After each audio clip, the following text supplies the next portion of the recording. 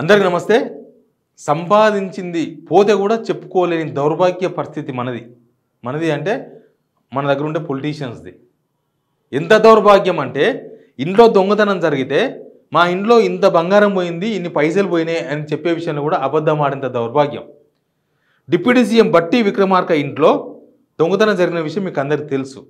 ఈ road number 14లో బిఎన్రెడ్డి కాలనీలో ఆయన సొంత ఇల్లు. ఆయన ఉండేదేమో ఇప్పుడు ప్రజాభవన్లో, ఇంతకుముందు కేసీఆర్ ఇంట్లో ఉంటున్నాడు.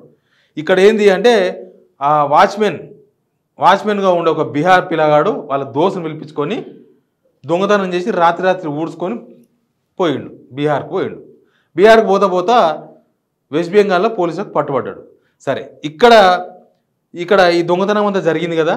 జరిగిన తర్వాత వాళ్ళ పిఏకు ఫోన్ చేసిండ్రు. బట్టి విక్రమార్క అమెరికాలో ఉన్నాడు. వాళ్ళ పిఏకు ఫోన్ చేస్తే ఆ పిఏ పోయి ఫస్ట్ ఫ్లోర్ పోయి చూస్తే మొత్తం ఎరగొట్టుకొని ఉన్నాయి. ఇరగొట్టుకున్న తర్వాత పోలీసులకు ఫోన్ చేసిండ్రు, కంప్లైంట్ చేసిండ్రు. అన్ని మీడియాలు, కాంగ్రెస్ భజన మీడియా కూడా రిపోర్ట్ చేసింది ఏంటంటే మొత్తం 80,000 రూపాయలు పోయినాయి, 2 తులాల బంగారం పోయింది. చాలా చిన్న అమౌంట్ ఇది. ఒక మినిస్టర్ ఇంట్లో ఇంతే పోయింది అంటే కొంత నమ్మకం కలగదు. కానీ ఇంకా పేపర్లు రాసినాయి కదా నమ్మాలి అనుకున్నాం.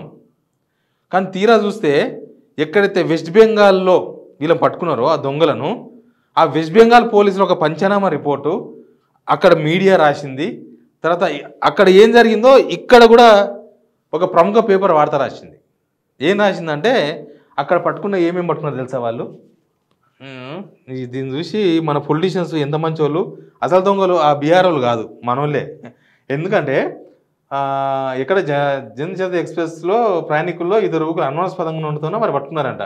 వాళ్ళ దగ్గర నుంచి సోదాలు చేయగా ఎంత దొరికిందంటే 1,50,000 దొరికింది. 1,50,000, ఓకే, 1,50,000 దొరికిందంట అక్కడ ఉన్న రిపోర్ట్ ఇది. తర్వాత 100 గ్రాముల బంగారు బిస్కెట్. 100 గ్రాములు అంటే తులాలు కాదు.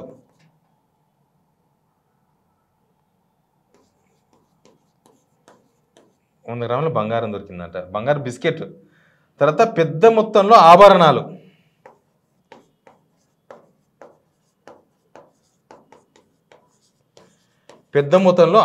దొరికినాయంట.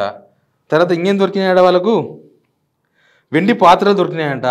తర్వాత విదేశీ కరెన్సీ లభించినాయంట. విదేశీ కరెన్సీ. ఇక్కడ వీళ్ళు ఇచ్చిన కంప్లైంట్ వేరు, అక్కడ దొరికింది వేరు. ఇప్పుడు ఏమనాలి చెప్పండి? ఇంకా ఇది దౌర్భాగ్యం అంటున్నాను నేను. అందుకే ఇప్పుడు కనీసం సంపాదించింది పోతే కూడా చెప్పుకోలేని పరిస్థితులు ప్రస్తుతం కాంగ్రెస్ నేతలు ఉన్నారా? అసలు డిప్యూటీ సీఎం ఇలా దొంగతనం జరగడం ఏంది అనేది ఒక పెద్ద కథ, అదొక కథ. రాష్ట్రంలో అసలు ఈ శాంతి పద్ధతులు ఎక్కడ పోయినాయి, హోమ్ మినిస్టర్ ఆడున్నాడు, ఇట్లాంటి క్వశ్చన్లకు అన్నిటికీ ఇది ఒక పరాకాష్ట, ఆన్సర్ కాదు, పరాకాష్ట ఇది.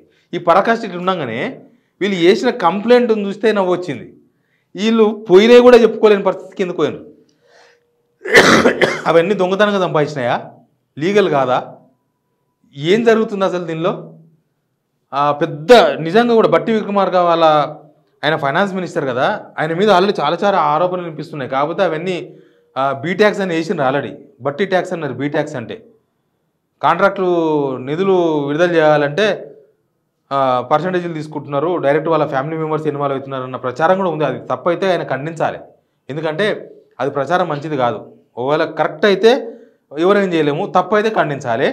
మరి ఎక్కడదో ఏం కథనో కానీ విదేశీ కరెన్సీ ఏంది, వెండి ఆభరణాలు ఏంది, 100 గ్రాముల బంగారం.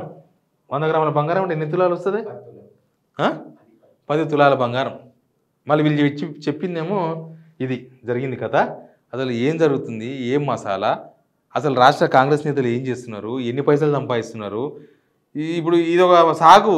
దొంగతనాలు చేయాలంటే కరెక్ట్గా మీరు కాంగ్రెస్ నేతలు ఇంటికే పోండి, ఎందుకంటే వాళ్ళు ఎవరు చెప్పుకోలేని సిచ్యువేషన్ ఉన్నట్టుగా అర్థమవుతుంది మనకు. కాబట్టి బట్టి విక్రమార్క గారి దొంగతనం కథ ఏందో, అసలు దీనిలో అసలు దొంగలు ఏందో తేలాల్సిన అవసరం అయితే ఉంది. Please subscribe signal TV.